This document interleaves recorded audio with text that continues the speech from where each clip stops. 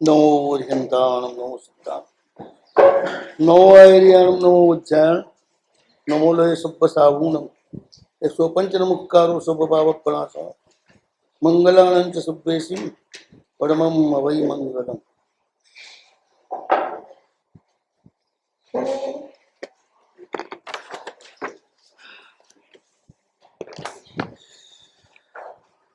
ओम नमो अर्हते भगवते सनातनाय उत्तम श्लोकाय मुकुंदाय गोविंदाय विष्णुवे विष्णुवे अनंताय अच्युताय श्रीपते विष्णुरूपाय ऋषिकेशाय जगन्नाथाय भूर्भुवस्व समुत्ताराय मानंजराय कालंजराय ध्रुवाय अजाय अजयाय अजराय अचलाय अव्ययाय विभवे अचिंत्याय असंख्याय आदि संख्याय आदि केशवाय आदि शिवाय महाब्रह्मणे परम शिवाय एकानिकांत स्वरूपिणे भावाभाव विवर्जिताय अस्ति नास्ति द्वयातीताय पुण्य पाप विरहिताय सुख दुख विमुक्ताय व्यक्ता व्यक्त स्वरूपाय अनादि मध्य निधनाय नमोस्तुते मुक्तेश्वराय मुक्ति स्वरूपाय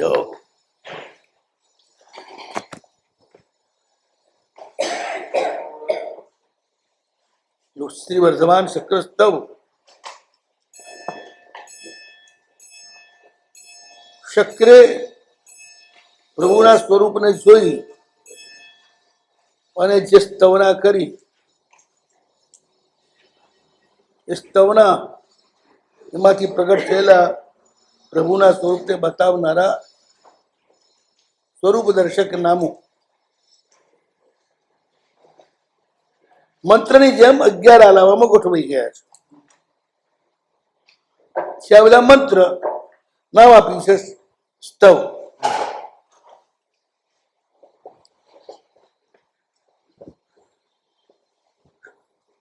સ્તવ એટલે સ્તુતિ પણ રિયલમાં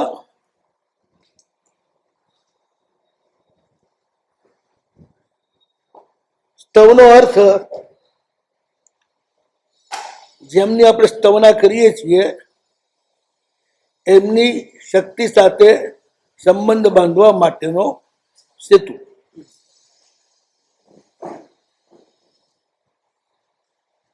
શબ્દ દ્વારા જ આપણે બાંધી શકીએ સંબંધ જે ઇન્દ્રિયાતીત અસ્તિત્વ છે ઇન્દ્રિયાતીત જે શક્તિ છે એની સાથે સંબંધ બાંધવા માટે આ સિવાય બીજો કોઈ રસ્તો નથી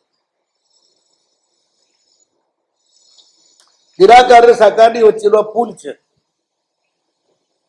પ્રભુનું નામ સાકાર આપણે નિરાકાર પરમાત્મા અને પુલ પ્રભુના નામ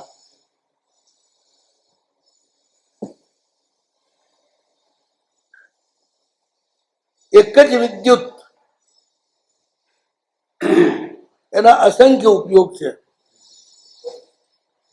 ઠંડુ કરે ગરમ પણ કરે જીવન આપે અને જીવન સમાપ્ત પણ કરે સ્થિર પણ કરે અને દોડાવે પણ વિદ્યુત એક જ પણ એની શક્તિનો વિસ્ફોટ અસંખ્ય રૂપે એમ વાસ્તવમાં એક જ શક્તિ આખા વિશ્વમાં વ્યાપીને રહેલી છે એ જ વિશ્વના સર્વદેવો સર્વદેવીઓ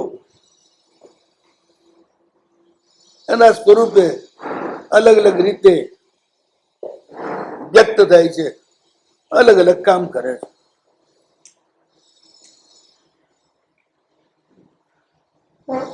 મૂળ પ્રતિષ્ઠાન એ છે બધી જ શક્તિઓનું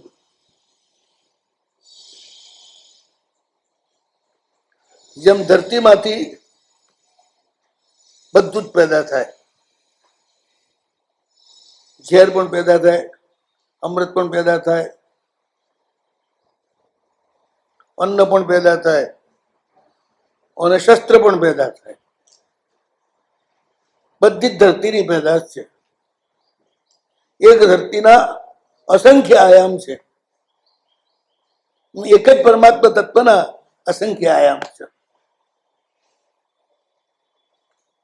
જેની જે કક્ષા,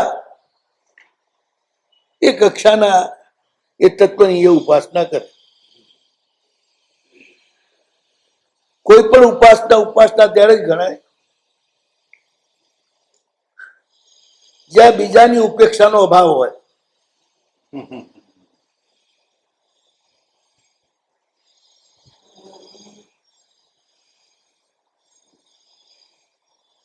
તો જે ઉપાસના ગણાય. એક જ પરમ તત્વના બધા રૂપો છે. એક રૂપને પકડીને કોઈ આ મારું, પેલા રૂપ કોઈ આ મારું નહીં, એ બીજાનું, એ આમ એ તેમ, એ ના ચાલે.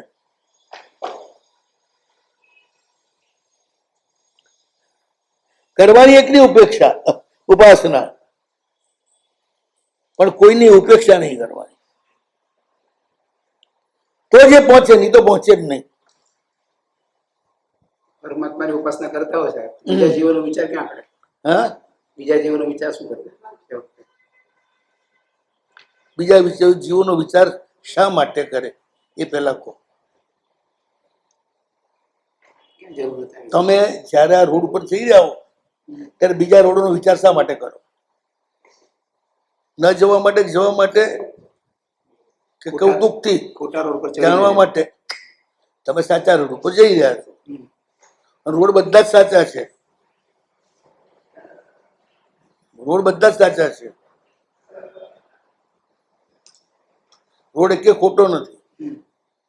કારણ કે કોઈને કોઈ ગામ પહોંચાડે છે, ત્યાં જેને જવું હોય એના માટે સાચો છે, જેને ન જવું હોય એના માટે ખોટો છે. ન જનાર માટે રોડ ખોટો છે, જનાર માટે રોડ સાચો છે. એક રોડ નો ખોટો ન કહી શકો, એકને સંપૂર્ણ સત્ય પણ ન કહી શકો, અને એકને ન પકડો તો તમે ક્યાંય જઈ શકો નહીં. પકડવાના એકને ઉપેક્ષા કોઈ નહીં. એ બી રોડ છે, એ બી રોડ છે, એ બી રોડ છે. જેને ત્યાં જવું હોય એ રસ્તે જશે. આપણે બીજા જીવોની એક જ પરમાત્મા, સાંભળો, મોક્ષનું પણ કારણ છે, સંસારનું પણ કારણ છે. એ જ શક્તિ. જેને સંસાર જોઈતો હશે એ રસ્તો પકડશે, જેને મોક્ષ જોઈતો હશે એ રસ્તો પકડશે. મુંબઈ જવું છે મારે, જવું છે મુંબઈ, પણ આજ તો મારે ડીસા જ ઉતરવું છે, પછી પાલનપુર ઉતરવું છે, પછી મહેસાણા બી ઉતરવું છે, પછી અમદાવાદ પણ ઉતરવું છે. આ બધા સ્ટેશન થઈ ગયા ને, એમ મોક્ષે જવું છે. આપણને કોઈને જલ્દી નથી જવું, હજી વચ્ચે સ્ટેશન કરવા છે. અહીં થોડું બાકી છે ભોગવવાનું, જાણવાનું, સમજવાનું, એટલે વચ્ચે સ્ટેશન કરવા છે. સ્ટેશન કરવા વાળા સ્ટેશન કરતા કરતા જાય, ન કરવા વાળા સીધા જાય. વાત એકની એક છે. કોઈ લેટ, કોઈ જલ્દી, જેની જેવી ભવિતવ્યતા, જેની જેવી જરૂરિયાત.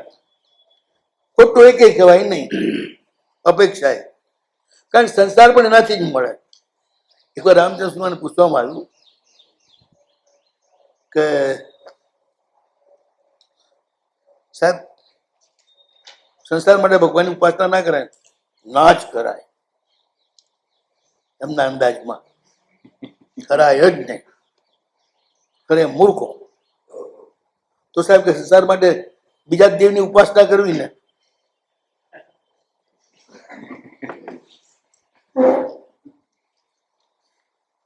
સંસાર માટે બીજા દેવની ઉપાસના કરવી ને તો પછી અમારે ન જ રહી શકતા હોત તો પછી કરવી, પણ સંસાર માટે કરવી તો આજ પાછી, બીજાની નહીં. કરવી ભગવાનની, ન રહી શકતા હા. હોય એમ કીધું. તરત બરાબર છે. હા. પરિસ્થિતિ તો આવી ગઈ. પણ કેટલી મારી. વાત બરાબર છે. હા, ન રહી શકતા હોય તો ન કરવી એ પહેલો નંબર, બરાબર. પણ કરવી જ પડે તો પાછી એની જ કરવી, બીજાની ના કરવી.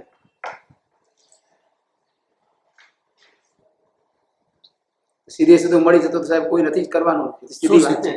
શું સીધે સીધું મળી જતું હોય શું તો શું કારણ? એક વાત ખ્યાલમાં રાખો, સીધે સીધું મળે એ મંજૂર હોય ને એટલા તમે ડાયા હો તો કોઈ તકલીફ જ નથી, પણ તમારા બધાને એડ્રેસ હોય છે. મારે આ જોઈએ, મારે અત્યારે આ જ જરૂર છે, મારે અત્યારે આ જ જરૂર છે. એમાં જ તો અત્યારથી મોક્ષ લંબાણો છે ને. આ એડ્રેસ ના હોય તો ટપાલ ક્યાંની પહોંચી ગઈ હોત. પછીના સ્ટેશનોની અંદર ઉતર્યા જ કર્યું છે, ઉતર્યા જ કર્યું છે, એ ચાલ્યા જ કરે છે. આજુબાજુ લોકલ ટ્રેન દરેક સ્ટેશને ઊભી રહે. એ ક્યારે પહોંચે એને જ ખબર. બાબાકી ગાડી હોય તો જેના જમાના રાજાઓની ગાડી હતી ને, તમારે જ્યાંથી ચડો ત્યાંથી ચડો, રસ્તામાં ઊભી રાખો, ઊભો રાખે, એ ખેતરમાં ઊભો રાખે, પેલો ચડી જાય. ખેતરમાં ઊભા રાખે બાજુ નીચે ઉતરી જાય. એટલે એ બાબાકી ગાડી જયારે પહોંચે ત્યારે પહોંચે મૂળ સ્થાન પર. બેઠેલા પણ ઉતાવળ ના હોય, આરામથી જતા હોય. એ બધી ગતિના સુખ ભોગવી લેવાય ને. હા, સુખ ભગવાનથી જ મળે, બીજાથી ના મળે. પણ માંગેલું સુખ છે ને એમાં તમારું કર્તૃત્વ આવ્યું ને એટલે જરા દુઃખમાં પરિણમી જાય.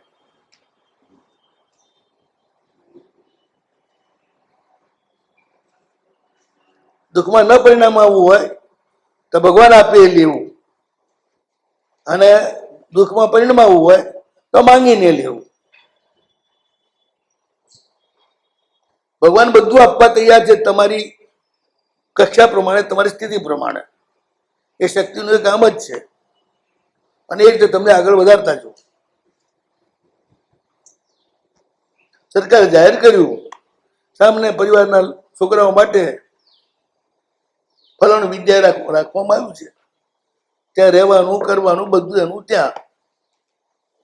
એટલે પછી કશું માંગવાની જરૂર જ નહીં ને. ત્યાં કપડા સરકાર આપે, ખાવા પીવાનું સરકાર આપે, બધી વ્યવસ્થા સરકાર આપે, ભણાવવાનું સરકાર આપે, ટીચર બીચર બધી વ્યવસ્થા સરકાર આપે. શરત એટલી જ કે તમારે એ સ્કૂલની અંડરમાં રહેવું.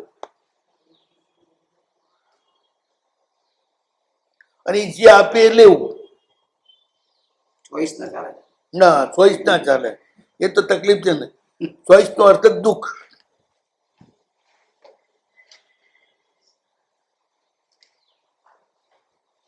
સહજ મળે એ સુંદર હોય, પણ તમારી આંખ માંગણીથી રંગાયેલી હોય એટલે સુંદર હોવા છતાં સુંદર દેખાય નહીં તમને. આંખો રંગાયેલી છે ને એટલે.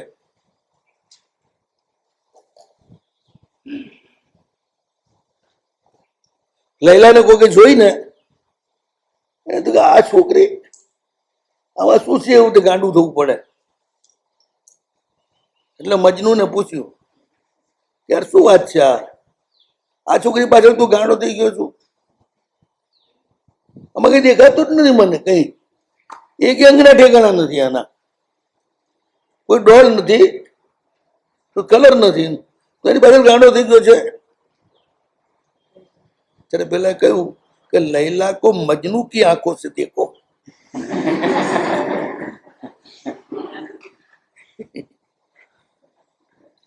કારણ કે જે રૂપ છે એ આંખોમાં છે, આમાં પૂતળામાં નથી. બધું આરોપિત છે એટલે બંધન બની ગયું મજનુ માટે. માટે ત્રાસ થઈ ગયો એને.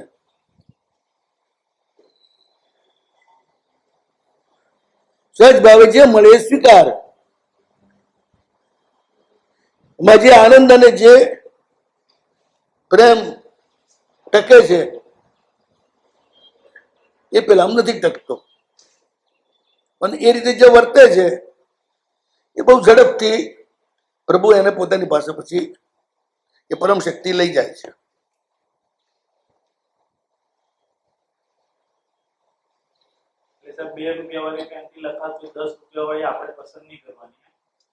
એક વાત સાંભળો ને, 10 રૂપિયા વાળી ભગવાન આપે 10 રૂપિયા વાળી લે છે, 2 રૂપિયા વાળી આપે 2 રૂપિયા વાળી લે છે. એ તો વાત છે ને, હું એ ક્યાં કહું છું. હું કહું છું ખરીદો જ શું કરવા, એમને જ હાલવા દો ને, ખરીદવાનો વાંધો નથી. સાહેબ છોકરી જોવા જવાનું પસંદ જરૂર જ ના પડે. તો નથી જ જરૂર હકીકતમાં. તો ભગવાન પસંદ કરે એ છોકરી પસંદ કરો ને તો વાંધો જ ના આવે. અને છેવટે તમે ડાચું જ જોવાના છો ને. માયલા ગુણ તો મહાદેવજી જાણે. ભાઈ ઘણા રૂપાળા હોય પણ રોટલી બળેલી જ કરતા આવડતી હોય તો કેટલા દિવસ સુધી ચલાવવાના રૂપને?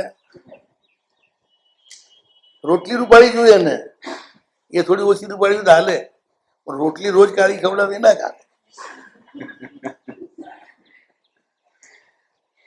ઘણા રૂપાળા હોય બોલે ત્યારે અંગારા જ જરતા હોય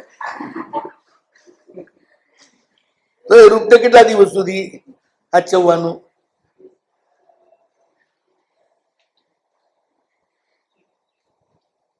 કા સહજ ભાવે જે મળે ને સ્વીકાર કરો. પસંદગી ના હોય એટલે બધું ચાલે. પછી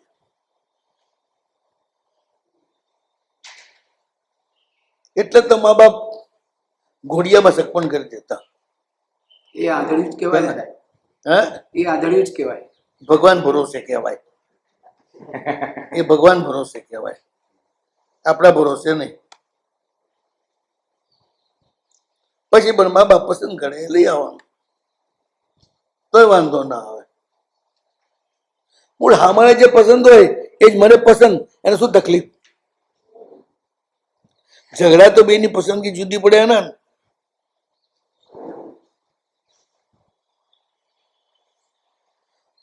આપણે કોઈ પસંદગી જ નહીં. અમુક કંટાળી જાય યાર, તમે કોઈ કોઈ ચોઈસ જ બતાવતા નથી.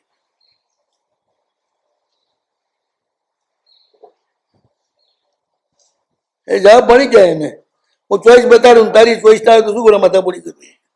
પછી એના કરતા તારી ચોઈસ પણ તું જીવ ને. હે શું ખરા છે આ? એમ ઘરડા થોડા થઈ જાય. હા, એ ઘરડા ના થાય. એમ પેલા તો જુવાન થાય પછી ઘરડા થાય ને.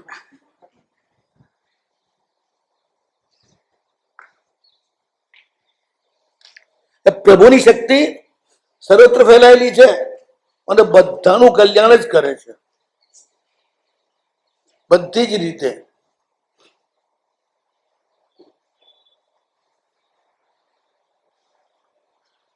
એ મહાકાળી પણ છે, મહાલક્ષ્મી પણ છે, મહા સરસ્વતી પણ છે, સંવારક પણ છે, પાલક પણ છે ને ઉત્પાદક પણ છે. શક્તિ તો એક જ બધે કામ કરે છે. દેવી દેવતાઓ પણ જે છે ને એ જે સ્થાનમાં પરમાત્માની શક્તિનો ફોર્સ હોય, જમીનો ભણવી હોય જ્યાં આપવા પરમાત્મા શક્તિનો ફોર્સ હોય ત્યાં રહેલા દેવી દેવતા એકદમ પાવરફુલ હોય. જ્યાં ફોર્સ ના હોય એ દેવી દેવતા પાવરફુલ ના હોય. તમને ખબર છે ઘણી વખત જંગલોમાં પણ દેરીઓ હોય છે ત્યાં કોઈ આવતું ન હોય, જતું ન હોય, અને છતાંય દેરીઓ કેમ હોય? એ દેરીઓના બે જ પ્રયોગ છે.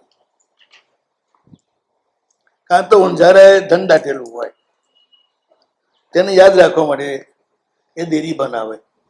ત્યાં કોઈ પણ સાધક નીકળ્યો હોય અને ત્યાં આગળ અચાનક પગ પડતા જ એને પ્રતીતિ થાય કે પરમાત્મા શક્તિનો ફ્લો છે, એટલે ત્યાં મંદિર બનાવી દે.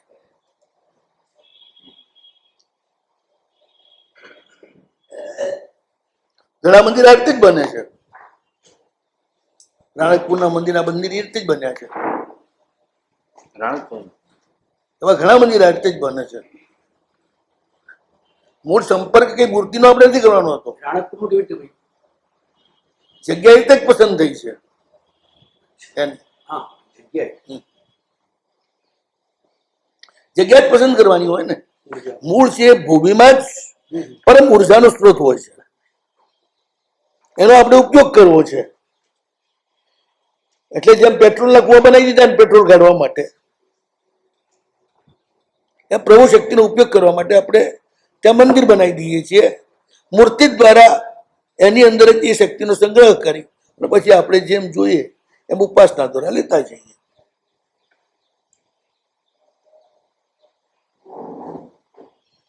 એટલે જંગલમાં ને બધી જે નાની મોટી દેરીઓ બનેલી હોય એની પાછળ ઉદ્દેશ્ય આ જ હોય છે, કારણ ધન દાટેલું હોય એ યાદ રાખવા માટે કે આ પરમાત્મા શક્તિનો ત્યાં સોર્સ છે. એ અનેક રૂપિયો હોય, એ માતૃશક્તિ રૂપે બી હોય, શૈવ શક્તિ રૂપે પણ હોય, વૈષ્ણવી શક્તિ રૂપે પણ હોય. જે શક્તિ રૂપે હોય એનું મંદિર ત્યાં બનાવી દે ને જેને જે ઉપાસના કરવી હોય એ કરી શકે. સાહેબ, શંખેશ્વરમાં વધારે ઉર્જા છે એવું કંઈક રહસ્ય ખરું? શંખેશ્વર પાછળ ત્યાં સ્થાનનું નથી મહત્વ, ત્યાં મૂર્તિનું મહત્વ છે.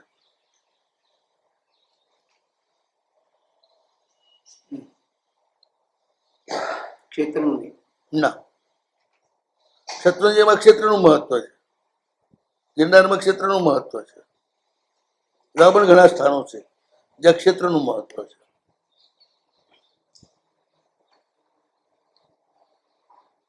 અમુક મૂર્તિ એવી હોય કે જતા જ અદભુત શાંતિનો અનુભવ થાય.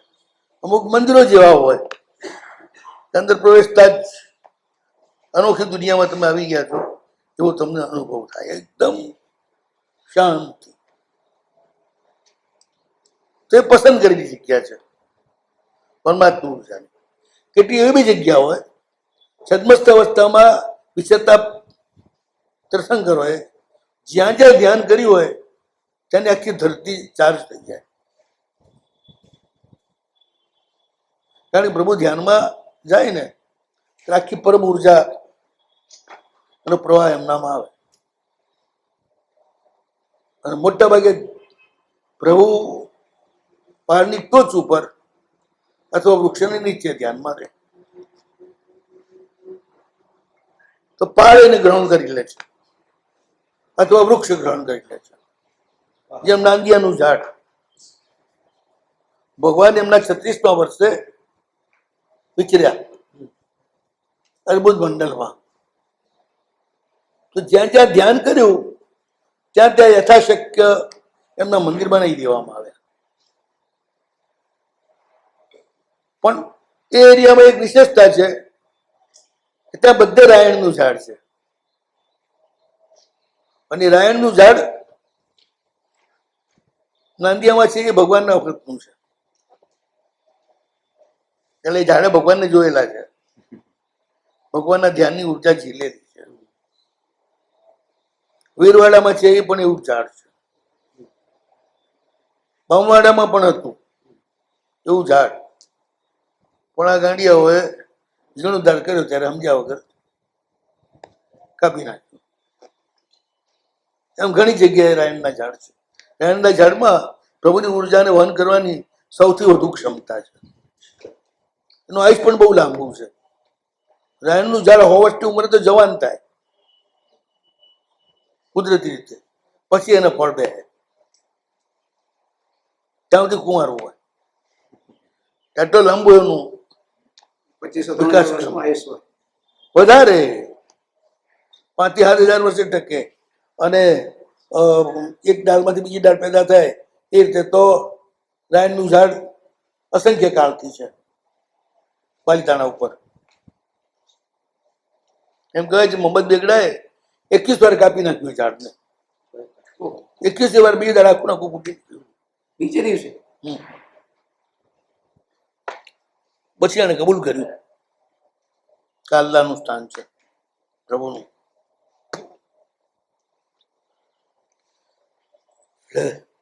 આગલા અલાવામાં બુદ્ધ ચેતના એનું વર્ણન કર્યું.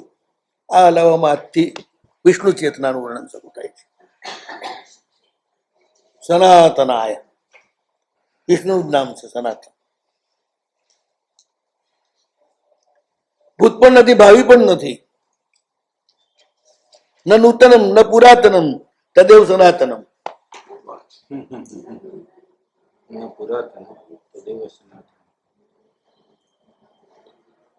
બસ એજ ઇટ ઇઝ, છે જ અસ્તિત્વ.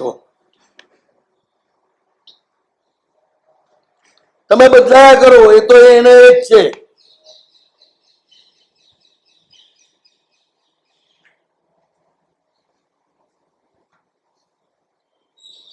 એ તો હવે સિદ્ધ થઈ ગયા. એ હવે સિદ્ધ થઈ ગયા. શક્તિ સનાતન છે, શક્તિ રૂપેણ સનાતન છે, દ્રવ્ય રૂપેણ સનાતન છે, આત્મદ્રવ્ય રૂપે. ધ્યાનના ક્ષેત્ર ઉજ્જડ કેમ થઈ ગયું? જ્યાં ધ્યાન કર્યું એ ક્ષેત્ર અત્યારે કેમ બધા ખાલી થઈ ગયા? લોકોમાં પાત્રતા ગઈ એટલે એક ક્ષેત્રથી એમને ભાગવું પડ્યું.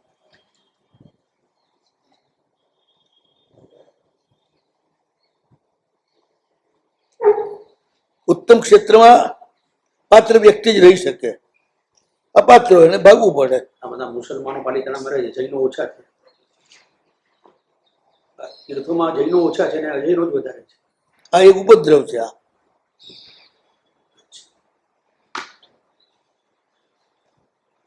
ઉપદ્રવના હા, ધર્મશાળાઓ વધી એના કારણે તળેટીની નીચે અત્યંત ગંદુ વાતાવરણ પેદા થયું. એ વાતાવરણે મુસ્લિમોને ખેંચ્યા.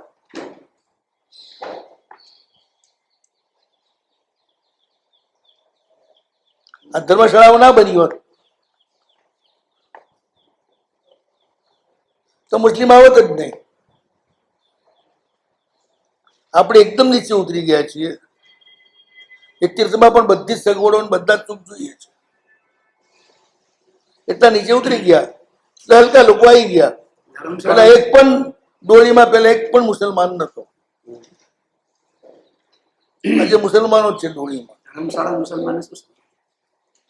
ધર્મશાળાઓ છે ને કર્મશાળા છે. ધર્મશાળા છે જ નહીં. ધર્મશાળાઓમાં રૂમ હોય પણ એને દરવાજા ના હોય.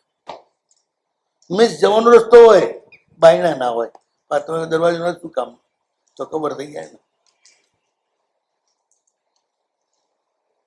તમે બંધ ન કરી શકો. જ્યાં બધા જાહેર રીતે જીવતા હોય એનું નામ ધર્મશાળા. જેનું કોઈ ચાર્જ ન હોય એનું નામ ધર્મશાળા.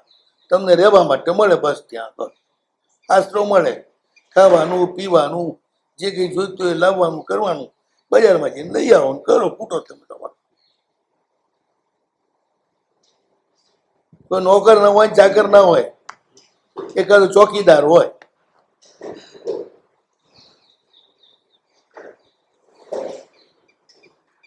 કૂતરા અંદર ના થઈ જાય એટલા માટે. મેં કે આવો, જે ખુલ્લું હોય એમાં બેહો. બારણાનો રહો. બારણાનો તો રહી કેવું? સ્ત્રીઓ હોય મર્યાદા સાધુની જેમ રહે. પડદો કરી શકે સ્ત્રીઓ હોય તો. જૂના જમાનામાં નાહવા માટે ક્યાં બાથરૂમ હતા? આડો ખાટલો મૂકીને નાહી લેતી બાઈઓ ઘરના ચોકમાં જ.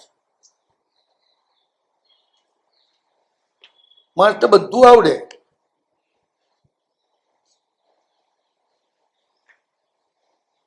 ચાર ગિરિરાજની ઉર્જા ક્ષીણ થઈ ગઈ છે આપણા ઊંધા ધંધાઓના કારણે. એટલે કાગડા પણ ક્યારેક ક્યારેક આવી જાય છે. તો કાગડા ના આવે. ના, એક પણ નહીં. કાગડા પોઝિટિવ ઉર્જાથી ભાગે અને નેગેટિવ ઉર્જા જ જોઈએ. જે મંદિરમાં પ્રભુ હાજર હોય એ મંદિરમાં કાગડો ક્યારેય ના આવે, ગમે તેટલું ખુલ્લું હોય તો. રાણકપુરનું આખું મંદિર ખુલ્લું છે ને, પણ કાગડો અંદર ના આવે. પાલિતાણામાં બી આપણે ચોમાસું એક એક કાગડો જોયો નથી. એક નહીં. કબૂતર આવે. કબૂતર તો એને ઇલેક્ટ્રિસિટીને સહન કરી શકે છે. એ ઉપર બેઠો નીચેના તારને અડી જાય ને તો તડ તડ તડ તણકા જરે, પણ એને ભડકો ના થાય. એટલે નામ કેપેસિટી છે. કબૂતર ત્યાં જ બે જ્યાં પરમ ઉર્જાનો જબરદસ્ત સ્ત્રોત વહેતો હોય. કબૂતર આવે સારું. કબૂતર ઘર બેસે પર બેસે એ ખોટું ગણાય છે, પણ આમ કબૂતર આવે તે સ્થાન પર જ કે જ્યાં પરમ ઉર્જાનો પ્રવાહ વધારે વહેતો હોય લોકોના ઘરોમાં આવે છે સાહેબ, તો ત્યાં કઈ ઉર્જા? ત્યાં ઉર્જા હોય, પછી એ ઘર ખાલી થઈ જાય. કારણ કે ગ્રસ્ત સહન ન કરી શકે એ ઉર્જાને. કબૂતર એ બતાવે છે. ગમે તે ઘર પર ગમે તે સ્થાનમાં કબૂતર નહીં બે. આ બધા પંખીઓમાં છે ને અચિંદ્રિય શક્તિઓ છે પંખીઓમાં, પશુઓમાં, પણ એ રીતે એ લોકો ખબર આપે પોતા. પણ સાહેબ સારું ખરું કે નહીં એમ પૂછું છું. ઘરમાં આવે સારું ખરું કે નહીં, કાઢવું કે સારું? તમારા ઘરમાં મેં શું કહ્યું, ઉર્જા વધી ગઈ હોય તો કબૂતર આવે, અને જે ઘરમાં ઉર્જા વધી જાય એ ઘરમાં ગ્રસ્તો ના રહી શકે. એ નિયમ. પણ ત્યાં ભગવાન બિહાડી તો ઘર મંદિર કરી દે. ભગવાન બેહાડી દે, ઘરે ન રહી શકે પોતે. દેરાસર ભલે બનાવી દે, તને વાંધો નથી. આ બધી પક્ષીઓમાં આવી બધી શક્તિઓ હોય. હા, એમનો સેન્સ છે આ બધું ઓળખવાનું. અને સાહેબ મંદિર પર મોર આવે બેસે તો બહુ સારું. હા, બિલકુલ. સૌથી અહિંસક કબૂતર આવે અને સૌથી હિંસક મોર પણ આવે. સૌથી હિંસક મોર. આખા નાખા સાપ ગળી જાય, ગરોળીઓ ગળી જાય, કાચિંડા ગળી જાય, ઝેરી પ્રાણીઓ બધા ગળી જાય. મોર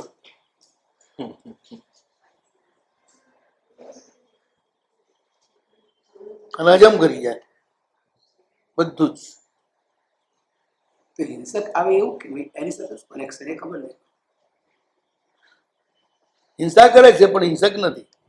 ઓહ, એ દુનિયાનું બધું ઝેર પચાવે છે. આ બી એક પ્રકૃતિની વ્યવસ્થા છે. એ તો સાપ તો બધા એટલા બધા વધી જાય ને એટલે પછી જીવી જ ના શકો. એક બીજું પંખી છે, એ ગ્રીન કલરમાં હોય છે, નીલચા કે આપણે ગુજરાતીમાં, એનું સુકન લેવાય, સુકન પંખી પણ. શું નામ કીધું? એ પણ એટલું જ રૂપાળું ને એકદમ ગ્રીન હોય, પણ ગ્રીન જેટલા હોય ને એ બધામાં ઝેર હોય, ઝેરી પ્રાણીઓને ખાઈ જાય. પોપટ એ ત્યાંની વસ્તી ઓછી કરે. પોપટ લીલો જ હોય. એનું ગ્રીન કલર અલગ છે, પેલા લોકોનું ગ્રીન કલર અલગ હોય.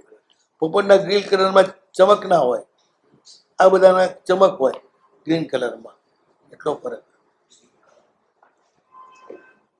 આ બધું નિરીક્ષણ કરો તો ખબર પડે તમને.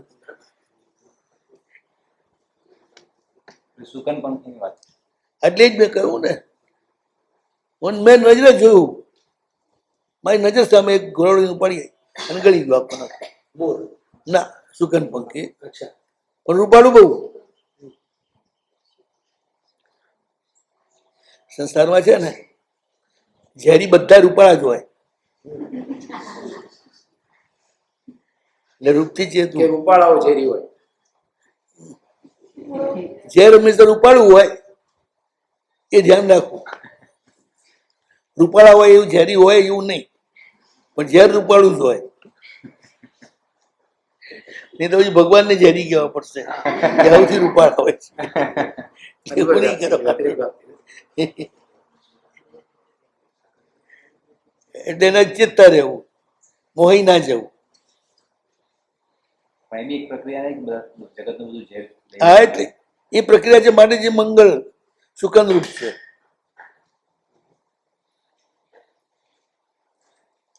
હિંસક પ્રાણીઓનો સંહાર કરે છે.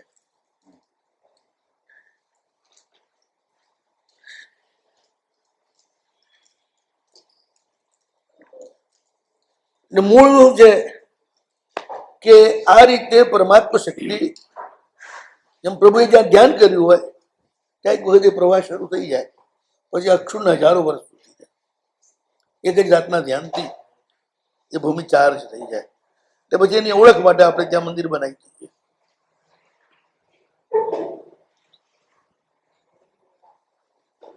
આવા વૃક્ષો પણ હોય. તમે જોજો, જે ધરતીમાં રાયણ બહુ ઉગતી હોય ને ત્યાં તમે નીકળજો, આપોઆપ તમારા ચિત્તમાં એકદમ પ્રસન્નતા આવી જશે. માર્ક કરજો.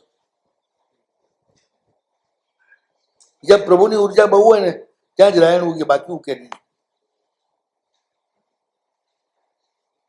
પણ પ્રભુની ઉર્જા ઘણી હોય ત્યાં જ આપણને પ્રસન્નતા આવે, એકદમ અચાનક નિષ્કારણ પ્રસન્નતા.